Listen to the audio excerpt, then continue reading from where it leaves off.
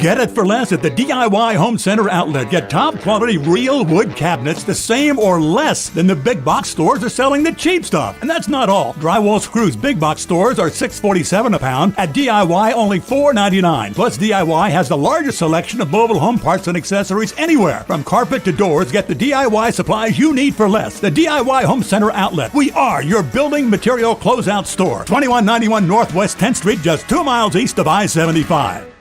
Gene Powell Pasture Mowing, 352-629-2440. A few of our tractor services include bush hogging, disking, and rototilling. We also have zero-turn mowers for the smaller paddocks, aisleways, fence rows, and lawn care. Fence row spraying is also available for weed control. We are family-owned and operated, licensed and insured, and farm-ready. Powell Gene, Gene, at yahoo.com, 352-629-2440. Gene Powell Pasture Mowing, 352-629-2440. Gene is a proud United States veteran. You know what you want to do in retirement, but do you know how to get there? Tune in to Coasting into Retirement with Gary Marriage of Nature Coast Financial Advisors, Sunday mornings at 8 to get answers to your retirement planning questions. Plan today so you can do the things you've always dreamt about doing in retirement. Listen Sunday mornings at 8 to Coasting into Retirement with Gary Marriage of Nature Coast Financial Advisors. Our firm offers insurance services. You're getting ready to move and you work hard. That's why you call Two Men in a Truck, 352-289-0666. You need pros. Trained professional moving experts to do the heavy lifting for you. That's why you call Two Men in a Truck, 352-289-0666. They care about your things as much as you do, and they do it fast and right. That's why you call Two Men in a Truck, 352-289-0666. Visit twomeninatruck.com and get moving. Two Men in a Truck. Hey, Matt, I know Sunrise Automotive does auto stuff, but I need some tires for my truck. Can you recommend someone? Yes, I can. We do that. No, I mean I need them installed and balanced and all that. Yep, we do that. Well, my son needed his windows tinted. Yep, we do that. I need my seat replaced. Yep, we do that too. I need a new roof line, a new spoiler, and a new trunk. Yep, we can even do that too. Okay, I get it. I suppose you can also do a radio show too. Well, as a matter of fact, join me, Matt Gibbs from Sunrise Automotive, every Tuesday at 10 for auto repair with personal care right here on The Source. It's Monday. Not sure how you did it, but you actually survived an entire 2 days without hearing from Tom. Good job to you. And once again, good luck.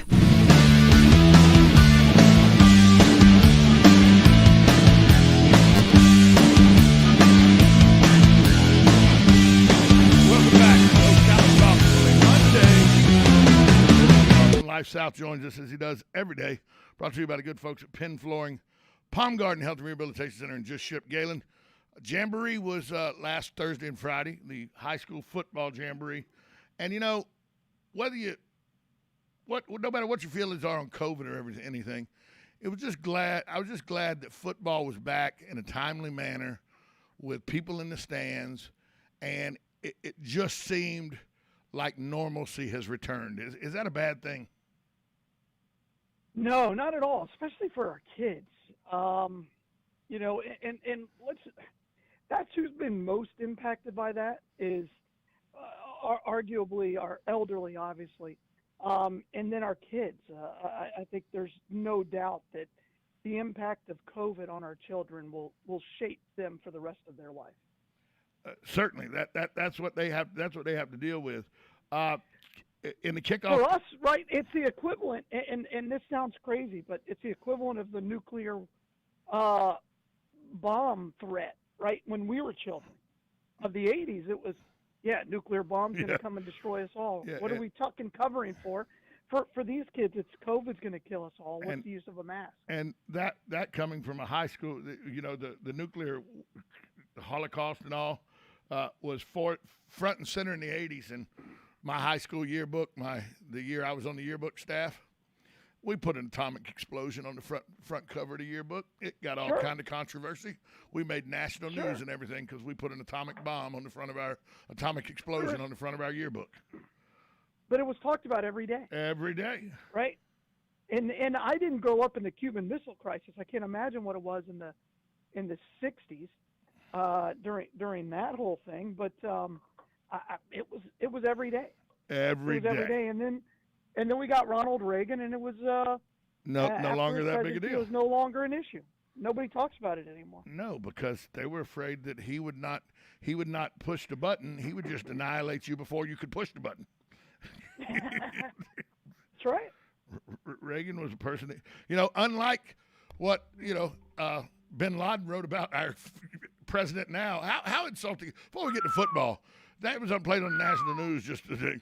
Don't worry about trying to kill Joe Biden. Let him become president, because he'll be such a screw up that he'll do more damage to America than we ever could as terrorists. That was in a letter. That was in a letter. That was in a letter that was found in Osama bin Laden's belongings when they killed him in 2011.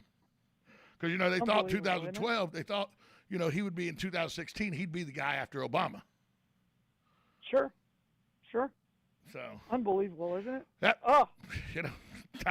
The times we are changing. Hey, let's talk. Yeah, but go ahead. Go ahead. No, go ahead. I was just going to say the football this weekend. It was great to see. I've seen the highlights and I watched the game film for Westport. And our first game won't be the 10th due to work for me. So they looked really good. They played Williston. They dominated that football game. Now, I think that defense is going to be very, very stingy. And their first real test will come against Vanguard September 3rd at Booster Stadium. And that's the one that I'm very, very curious about.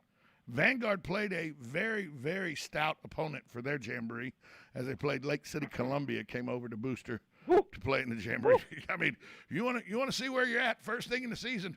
Play Lake City. I played in the Gateway Conference back before they changed everything back in the 80s when it was Raines, Reebok, Jackson, Paxson, Fletcher, Sandalwood, Terry Parker, Wolfson, and then that was the 8 schools in Jacksonville, and then we had Lake City Columbia and Tallahassee Leon. That was 10 teams. Yeah.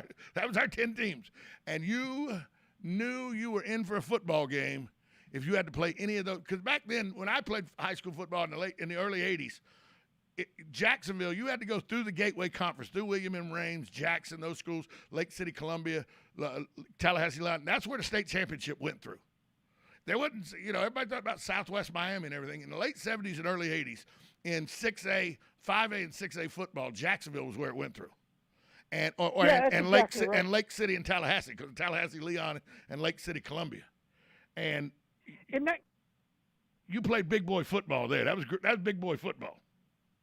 Yeah, and I was just going to say, and that continued on that way until the 2000s when it really started to shape in the way the FHSA classified people, and they expanded it to the. Well, remember, Corky was at Lee High School, Robert E. Lee High School. Everybody thinks he's been at why can't I say the name of the place now? Bowles forever. Corky was at Lee High School before he was at Bowles. He was at a public high school in Jacksonville long before he was at Bowles. Sure. Yeah, and again, I think that's kind of how this whole thing kind of evolved. So right. So I'm not surprised by it at all. So Vanguard plays Lake City Columbia. I believe they played to a tie. It's hard to tell because I couldn't tell by scoring because they fight to a draw with the Tigers is what it says. They fight to a draw with the Tigers. they had the varsity play last, so I couldn't tell who scored on who. But Vanguard's going to be very good. They've done a good job. Their question is twofold. They have more athletes than the rest of the county combined. Yes, but they need offensive linemen and they need a quarterback. If they can get those two things, then they can make a deep run. The class of the county is either Dunellen or Trinity. Trinity just reloaded. Hey, I'll tell you what, John Brantley is back at Trinity Catholic, and he is drawing kids. How about I say it that way? He is getting kids' attention. He got 8 or 9 players this year that transferred. Jaden Hodge, who's a highly recruited safety, started at Westport, played at Forest last year. You got 7 or 8 kids from Westport, including the best lineman in the county, and that's Ramey. and he's just a junior, and they already have a stacked offensive line. So they got three guys that go 6'6", 300 plus. Yeah, but they're all not. None of them are seniors. They're all young. Correct. And by the way, one of them basically can go to Alabama the day he decides he wants to go to Alabama. They're that good. They just have to have a quarterback that can manage the game, make the throw on 3rd and 8 when they need to, and if there's one guy in town who can coach that up, it's John. So I'm curious how they do, but and of course Dunellen, let's not forget them. They went to the state championship game last year, and their 2 best players are returning, and they have the best quarterback that's come through Vanguard since Cozy Perry. I think the world of Trent, and then they got LJ with Fitzgerald, and I think that kid's fantastic. So there's some real talent here locally. There really is some great talent here locally, and what gets me is, even though Trinity has attracted some football players because of the coaching staff, they played 2 teams, PK Young and West Nassau High School, in the Jamboree. They were outscored 20-6 by these 2 teams. PK Young used to be a very, very good football program in Gainesville. It has fallen on some hard times lately, but it used to be a very good program in Gainesville. Well, and recruiting. And West Nassau, right? West Nassau used to be a stellar football program when one certain guy named Tom Schmitz wore the 55 there and played football there. Oh, they were a stellar outfit. Here it comes. We really weren't that good, I'll be honest with you. I mean, we at Callahan Junior High, we would go undefeated. Then we get to high school and realize that there was a lot of difference between high school football and junior high football. But we did, my junior year, go 9-2. So, we played pretty good football that year. David Roden was our quarterback. We were pretty good, but very few and far between as West Nassau been a good football program. They'll have some seasons where, they'll win 8-9 games. But for the most part, since the 60s, not been a very good football program. And Trinity to not wipe the floor with both those schools, while it's a jamboree and you're just trying things out, that runs some red flags up for me. Yeah,